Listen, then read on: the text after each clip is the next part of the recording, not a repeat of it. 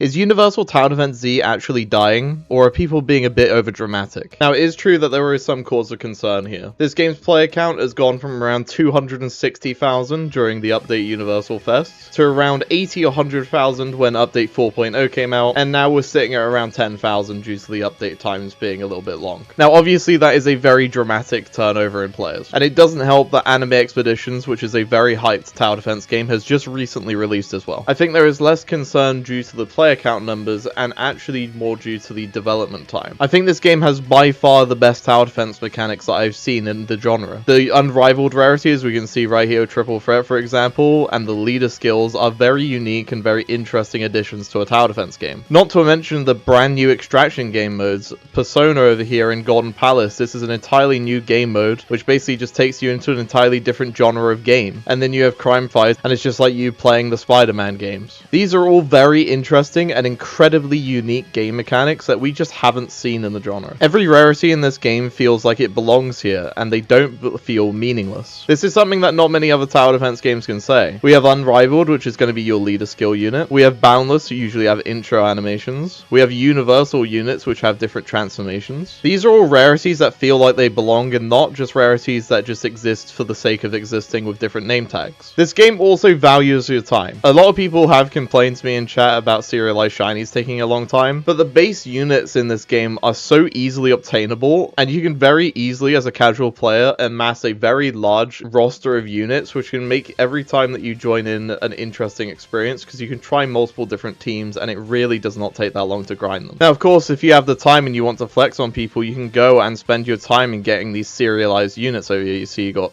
Azora. This is probably not a great example because Azora is actually very easy to get. But you can see right here, like the Beast Gohans, these are very hard to get. They take so long to get, along with the Uatch right here. He takes a very long time to get as well. This game basically makes it so if you're a casual player, you can get everything very easily. But if you're a player who likes cosmetic stuff, it's going to take you a longer amount of time. And one massive thing that I love about this game is the guild system. This is an incredibly in-detailed guild system, and it's simply the best guild system I've not only seen in Roblox, it might be one of the best guild systems I've seen in gaming in general. We see right here that, for example, you have a leveling chamber, you have a mining room. You just feel like you have a purpose on having a guild. You have an entirely dedicated guild server that you can upgrade, and you can spend time with your other guild mates, and this is just an incredible feature. You can even play in the events in this game. You can see right here, once you've upgraded each of these portals, you can just play each of the modes right here. You don't even need to go into the public server if you don't want to. Now, a lot of you might be commenting already saying that I am doing a lot of glazing right here, but this all comes to a purpose. And this sounds like an incredibly stupid criticism, but I promise that if you give it a think, it might make sense to you. The game devs are simply way too ambitious for this genre. The reason for this is we saw update 4.0 take around a month to come out. It is simply not sustainable in this genre to have to wait monthly for updates. They usually scope themselves out of actually updating on time. As we saw with update 4.0, that release was only supposed to take about a week or two, but they started out-scoping themselves,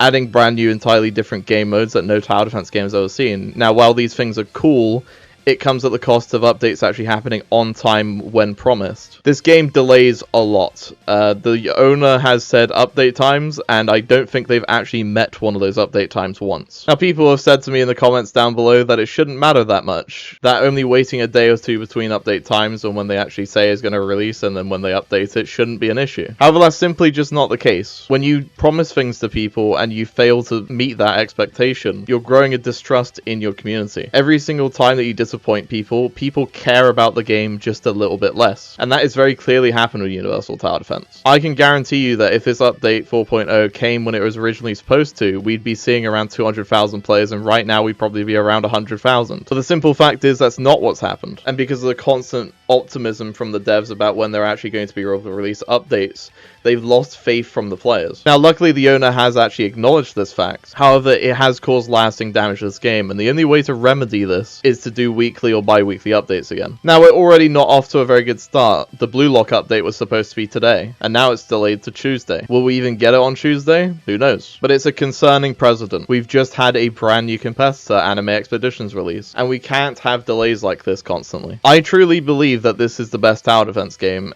currently on the market. There is nothing else quite like it. The gameplay is some of the best. The characters are very well designed. You have incredibly nuanced kits without having to read 15 paragraphs of text. The animations and models look very good. The art style is consistent and nice. It doesn't look as pretty as Anime Expeditions, but I think Anime Expeditions' art style is just not very appealing. And I think the most important thing about this game is that you can tell that this game was made with a lot of soul and heart. You can honestly tell the people behind this game love the series that they're adapting. They try their best to very faithfully implement each of the units, and they play as they should play. They have different nuances in their kit that make them very unique to each other. Team building in this game is actually very fun, although there is a complaint to be said that this game's a little bit too easy, which I would agree with. So what do I think in conclusion? I think this game is on a very slippery slope, but the thing is, the solution is actually fairly simple. Just release updates. It does not need to be earth-shattering. Just release 4 to 6 units every week or 2 weeks. You do not need to be breaking the wheel. We do not need to be making these brand new sweeping edge game modes every single time that we want to have an update from this game. Now, it's fine to make those updates every now and again. Perhaps while you're making some of these smaller updates, you're slowly accumulating some dev time into a brand new game mode. And then you can release it every month or so, with those little bits of time that you've incremented into it. But simply enough, Roblox games live and die by the fact that you've actually given them content. These are live service games. If there's no content to do, people stop caring. If the game doesn't feel new and fresh, people stop caring. And when people stop caring, they stop playing. So those are just my thoughts. Let me know what you think in the comments down below. I'll see you guys next time. Like and subscribe.